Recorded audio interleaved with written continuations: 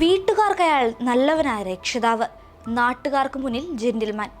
എന്നാൽ ജൂൺ 29-ന് ഈ ചെറുപ്പക്കാരൻ്റെ വീട്ടിൽ നാർക്കോട്ടിക്സ് കൺട്രോൾ ബ്യൂറോയുടെ വാഹനം ചെന്ന് നിന്നപ്പോൾ ഞെട്ടിയത് ആ നാട് മാത്രമായിരുന്നില്ല, രാജ്യമൊട്ടാകെയായിരുന്നു. NCB ഓപ്പറേഷൻ മെലോൺ എന്ന് പേരിട്ട രഹസ്യ നീക്കത്തിലൂടെ കുടുക്കിയത് ലോകത്തിലെ തന്നെ വൻ ലഹരി ശൃംഖലയുടെ മുഖ്യ സൂത്രധാരൻ എഡിസനെ. 35-കാരനായ മൂവാറ്റുപുഴ സ്വദേശി എഡിസണിലേക്ക് NCB എത്തുന്നത് 6 മാസം നീണ്ട അന്വേഷണത്തിന് ശേഷമാണ്.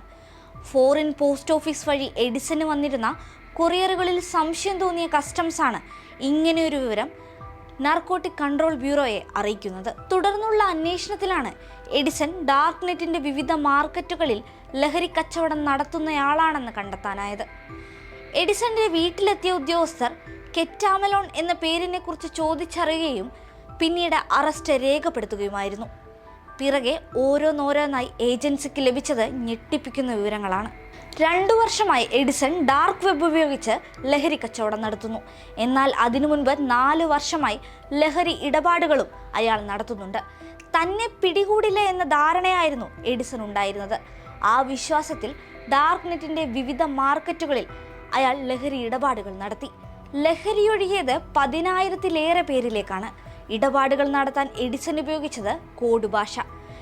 എഡിസണിന്റെ അറസ്റ്റോടെ രാജ്യം മുഴുവൻ പടരാനൊരുങ്ങുന്ന ലഹരി ശൃംഖലയുടെ ചുരുളങ്ങനെ അഴിയുകയാണ്.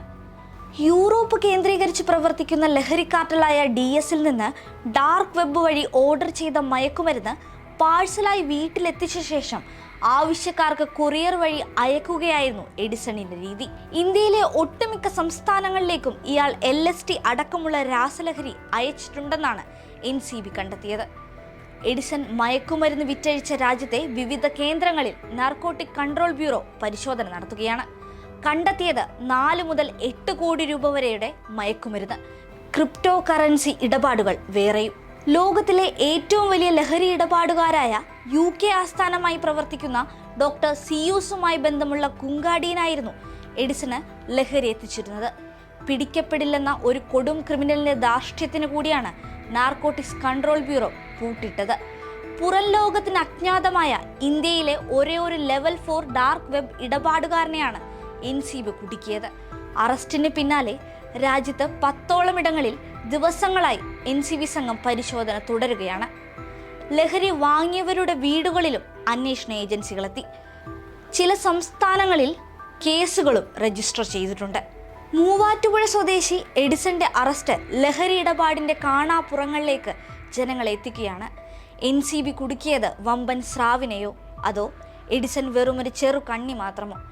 ഇനി ഇതിന്റെ ചുവട് പിടിച്ച് വലിയ തിമിംഗലങ്ങൾ കുടുങ്ങുമോ എന്ന് കണ്ടറിയണം.